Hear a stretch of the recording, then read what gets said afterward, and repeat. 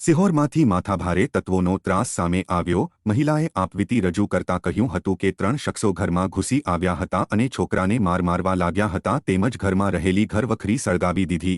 Police તેમજ fire વિભાગ ઘટના સ્થળે દોડી ગયો હતો। ફાયર ફાઇટરમાંથી પાણીનો છંટકાવ કરી આગ પર કાબૂ મેળવ્યો।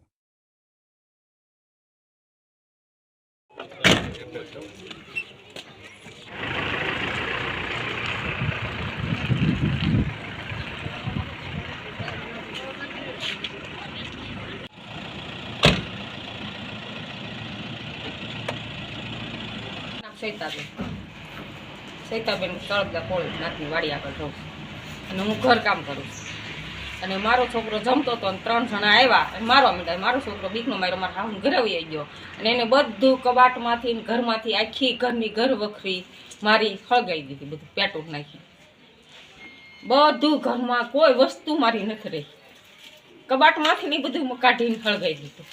9 તો મારા ગાડલા હતા, મારા બધા કિંમતી કાગળિયા, દસ્તાવેજ, બધું કામના કાગળિયા, બેંકની ચોપડીઓ, દસ્તાવેજ, આધાર કાર્ડ, પાન કાર્ડ, અને જે મેં 75,000ની લોન લીધી, 30,000 હતા, અમે 3,500 સવારમાં લીધા।